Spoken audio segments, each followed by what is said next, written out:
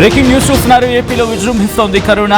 ఆంధ్రప్రదేశ్లో 4 కరోనా కేసుల్లో Omicron RF5 sub వేరియంట్గా గుర్తించారు. కడప జిల్లాకు చెందిన 4 కరోనా శాంపిల్స్లో RF5 వేరియంట్గా నిర్ధారణ అయింది. పూణేలోని NIVలో జీనోమ్ సీక్వెన్సింగ్ ద్వారా RF5 వేరియంట్ గుర్తించారు. అయితే ఆంధ్రప్రదేశ్లో ప్రస్తుతం ఆరోగ్య శాఖ దీనికి తదనుగుణంగా నడుచుకుంటూ ఉంది. ఏపీ వ్యాప్తంగా అలర్ట్ అయింది ఆరోగ్య శాఖ. కేసులపై నిరంతరం నిఘా పెట్టింది ఆరోగ్య శాఖ. దేశవ్యాప్తంగా విస్తరిస్తుంది ఒమిక్రాన్ వేరియంట్. కేరళలో రోజు రోజుకి పెరుగుతూ ఉన్నాయి కేసులు. కేరళ, కర్ణాటక, మహారాష్ట్రలో ఎక్కువగా కేసులు నమోదవుతున్నాయి. ఇప్పటికే 500కు పైగా ఒమిక్రాన్ కేసులు నమోదైనట్టుగా తెలుస్తోంది. RF5 సబ్ వేరియంట్పై ఆందోళన వ్యక్తం చేస్తూ ఉన్నారు. అయితే పెద్దగా భయపడాల్సిన అవసరం లేదంటూ ఉన్నారు ఆరోగ్య నిపుణులు. ముందు జాగ్రత్త చర్యలు తీసుకుంటే మంచిదంటూ సూచించడం జరుగుతోంది వైద్యులు. దానికి సంబంధించిన బ్రేకింగ్ న్యూస్ చూస్తున్నారు. ఇప్పటికీ ఆంధ్రప్రదేశ్తో పాటు మరికొన్ని ప్రాంతాల్లో కూడా ఇది విస్తరిస్తూ ఉంది. అంటే ఇది కేవలం భారత్లోనే ఉందా అంటే కాదు.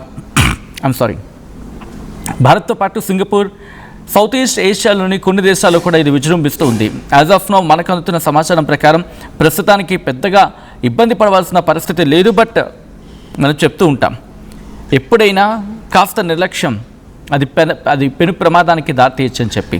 కాబట్టి ప్రస్తుతం ఈ విషయంలో కూడా ఉంది. కొంచెం జాగ్రత్త తీసుకుంటే సరిపోతుంది. భయపడద్దు, కానీ జాగ్రత్త కోసం భయపడాల్సిన అవసరం ఉంటుంది. కాబట్టి జాగ్రత్త తీసుకుంటే సరిపోతుంది. కాస్తంత అజాగ్రత్త కూడా ప్రాణాల మీద తీసుకొచ్చే అవకాశం ఉంటుంది. కాబట్టి దానికి తదనుగుణంగా నడుచుకోండి. ఈ అంశానికి సంబంధించి పూర్తి సమాచారం అందించేందుకు మా ఏపీ ఇన్పుట్ ఎడిటర్ కృష్ణమోహన్ సిద్ధంగా ఉన్నారు. కృష్ణమోహన్, ప్రజెంట్ ఆంధ్రప్రదేశ్లో కరోనా కేసులు ఎలా ఉన్నాయి, ఏ మేరకు నమోదవుతూ ఉన్నాయి, మరణాల సంఖ్య కూడా కాస్త అంటే 12 ఉన్నప్పుడే 4 మరణాలు నమోదైన సందర్భంలో ప్రస్తుతం ఎటువంటి సిచ్యువేషన్ ఉంది, ఆరోగ్య శాఖ ఎటువంటి చర్యలకు దిగింది? ఆంధ్రప్రదేశ్ లో కోవిడ్ కేసులు RF5 వేరియంట్ గా అయితే గుర్తించారు. బేసిక్ గా కడపకి సంబంధించిన 4 కేసుల్ని పుణె ల్యాబ్ పంపించిన పరిస్థితి మనం చూసాం. 4 నమూనా పరీక్షలు సంబంధించిన పుణె ల్యాబ్ నుంచి వచ్చిన తర్వాత ఆరోగ్య శాఖ మంత్రి అఫీషియల్ గా ఒక రికార్డ్ అయితే పంపించిన పరిస్థితి అయితే ఉంది. ఇది RF.5 వేరియంట్ గా గుర్తించారు. అంటే దీంట్లో ఆందోళన చెందాల్సిన అవసరం అయితే లేదు, అప్రమత్తంగా ఉంటే చాలు అనేది చాలా వరకు చెప్తున్న పరిస్థితి. అంటే ఆంధ్రప్రదేశ్ లో కోవిడ్ పాజిటివ్ నమూనాలకి యూనోమ్ సీక్వెన్స్ పరీక్షల్లో ఒమిక్రాన్ RF5 వేరియంట్ గా అయితే గుర్తించారు. అంటే ఇది కరోనా వైరస్ లో ఒక ఉప అంశం. అంటే ఆ వైరస్ కి సంబంధించిన దాంట్లో ఒక మైనర్ కి సంబంధించిన అంశంగా చెప్తున్నారు. ఇది ప్రపంచవ్యాప్తంగా కూడా గుర్తించిన వాటి RF.5 అనేది ఒకటి అనేది చాలా క్లియర్ గా అర్థమవుతుంది. అంటే ఇక్కడ ఓన్లీ కడప జిల్లాకు సంబంధించిన దాంట్లోనే 4 కేసులు అక్కడ నమోదైన పరిస్థితి. దీనికోసం అని పుణేకి వైరల్స్ ని పంపించిన నేపథ్యంలో అక్కడి నుంచి వచ్చిన ఫలితాలు ఆల్మోస్ట్ ఇందాకనే అందాయి. సో ఈ మేరకు సత్కుమార్ యాదవ్ కూడా ఉన్నతాధికారులతో మాట్లాడిన పరిస్థితుల్లో ఎక్కడ కూడా అంటే ప్రపంచవ్యాప్తంగా WHO కూడా ఈ వైరస్ ను సాధారణంగా జినోమిక్ వెరిఫికేషన్ లో భాగంగానే పరిశీలిస్తోంది చెప్తే పెద్దగా దాన్ని అంటే దీన్ని వైరల్ కావచ్చు, దీనివల్ల ఎఫెక్ట్ కావచ్చు పెద్దగా ఉండకపోవచ్చు అనేది చాలా క్లియర్ గా చెప్తున్నారు. అంటే ఒమిక్రాన్ RF5 షార్ప్ పర్యవేక్షిస్తుంది అనేది ఇక్కడ డాక్టర్లు చెప్తున్న పరిస్థితి. ఎక్కువగా సింగపూర్ లో కూడా అగ్నేషియాలో కొన్ని దేశాల్లో కూడా ఈ RF5 ఎక్కువగా ఉంది అనేది. అయితే ప్రస్తుతం అందుబాటులో ఉన్న శాస్త్రీయ ఆధారాల ప్రకారం కావచ్చు, లేకపోతే ఇతర ఒమిక్రాన్ వేరియంట్ లో పోలిస్తే ఇది ప్రమాదకరమైన ఎలాంటి ఆధారాలు లేవు. అందువల్ల ప్రజలైతే ఆందోళన చెందాల్సిన పరిస్థితి అయితే లేదు అనేది చాలా క్లియర్ గా చెప్తున్నారు. అంటే దీంట్లో అసలుకి ఒమిక్రాన్ RF5 అంటే ఏంటి అనే దాని మీద కూడా కొంత చర్చ జరుగుతుంది. అసలు ఏంటి కొత్తగా RF5 అంటే ఏంటి అనే దాని మీద కూడా కొంతగా తీసుకుంటే RF5 అనేది SARS-CoV-2 వైరస్ కి చెందిన ఒమిక్రాన్ ఇది ఆ ఒమిక్రాన్ కి సంబంధించిన వేరియంట్ కూడా ఒక సబ్ లీనియస్ గానే దీన్ని పరిగణలోకి తీసుకుంటున్నారు. ఇది JN1 వేరియంట్ నుంచి LF7 P5 1 గా కొన్ని శాఖలు కాక శాఖపరణానికి చెందిన ఉపవంశంగా చెప్తున్న పరిస్థితి అయితే ఉంది. అయితే ఈ లక్షణాలతో కొంత ముఖ్యంగా వచ్చే ఇష్యూస్ ఏంటంటే గొంతు నొప్పి, దగ్గు, జ్వరం, తలనొప్పి, నీసుగారడం లేదు ముసిగిపోవడం, అలసట, శరీరంలో కొన్ని నొప్పులు కొన్ని ఉంటాయి.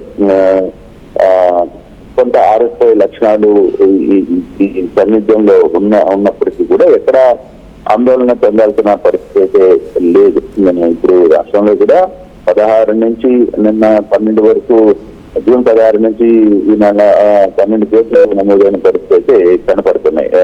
ఈ 12 కేసులకు సంబంధించిన వ్యవహారంలో ఎక్కడ చనిపోయిన ఒక ముగ్గురులో పూర్తిగా కూడా వాళ్ళకి వేరే హెల్త్ పరమైన జన్యున ఇష్యూస్ చనిపోయారు చెప్తే ఇక్కడ వేరే దీని మీద ఆందోళన చెందాల్సిన అవసరం అయితే లేదు అనేది చాలా క్లియర్ గా చెప్తున్న నేపథ్యం అయితే మనకు కనపడుతుంది.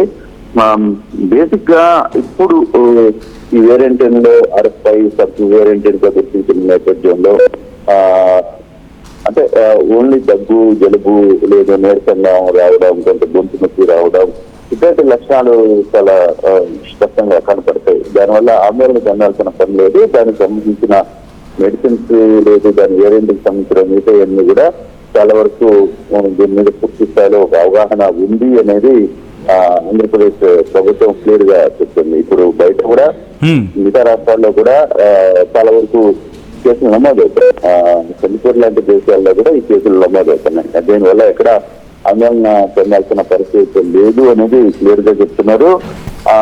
చనిపోయిన వాళ్ళు గురించి కోవిడ్ తోనే చనిపోయారా అన్న ఒక ఆలోచన వస్తే దాన్ని పక్కన పెట్టాల్సిన అవసరం ఉంది. దానికి ఏమి అటువంటి కంటెంట్ ఏమి కనపడలేదు. వాళ్ళకి జన్యుపరమైన అంశాలు రెండు తీవ్రమైన ఇబ్బందుల్లో ఉండి ఆ నేపథ్యంలో వాళ్ళు అటెండ్ అయ్యారు చెప్తే వాళ్ళకి వేరే ఇష్యూస్ వల్లనే చనిపోయారు చెప్తే ఈ కోవిడ్ వల్ల చనిపోయింది కాదు అనేది. అయితే దీనివల్ల ప్రభుత్వం చేస్తున్న అంశాలు లేదు, ప్రభుత్వం చేసుకుంటున్న చర్యలు అంటే ప్రధానంగా ఐసోలేషన్స్ ఏర్పాటు చేయడం, కొంత అప్రమత్తంగా ఉండడం, వివిధ ఆంధ్రప్రదేశ్ కు సంబంధించి లేదు, 2 తెలుగు రాష్ట్రాల్లో, తెలంగాణలో దీని గురించి పెద్దగా అప్డేట్ లేదు. కానీ ఆంధ్రప్రదేశ్ కు సంబంధించి మాత్రం పూర్తి స్థాయిలో అధికారులు అప్రమత్తమైన పరిస్థితి ఉంది. ఎక్కడికక్కడ ఐసోలేషన్స్ వార్డ్స్ ని ఏర్పాటు చేశారు. ఇప్పుడు గుంటూరు GGH కావచ్చు, లేకపోతే విజయవాడ మణిపాల్ హాస్పిటల్స్ కావచ్చు, లేకపోతే వైజాగ్ హాస్పిటల్స్ కావచ్చు, ఇట్లా చాలా ప్రాంతాల్లో వీటిని అంటే ఆల్మోస్ట్ అన్ని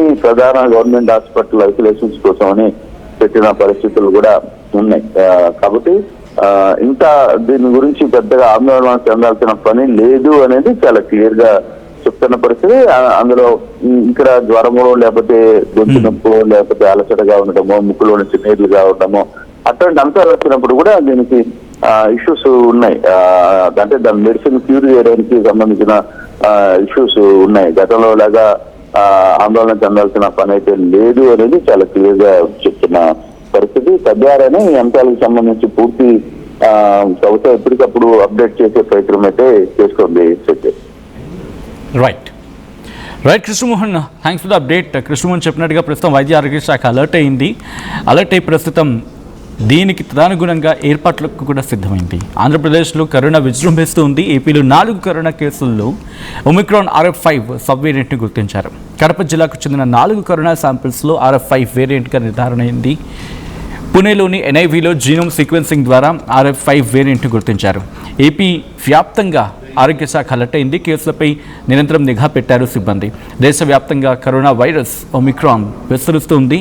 కేరళలో రోజు రోజుకి పెరుగుతున్నాయి కేసులు. కేరళ, కర్ణాటక, మహారాష్ట్రలో ఎక్కువగా నమోదవుతున్నాయి కేసులు. ఇప్పటికీ 500కు పైగా ఒమిక్రాన్ కేసులు రిజిస్టర్ అయ్యాయి. RF5 పై ఆందోళన చెందాల్సిన అవసరం లేదంటూ ఉన్నారు డాక్టర్లు. ముందు జాగ్రత్త చర్యలు తీసుకుంటే ఈ ఇష్యూ నుంచి, ఈ ఇబ్బంది నుంచి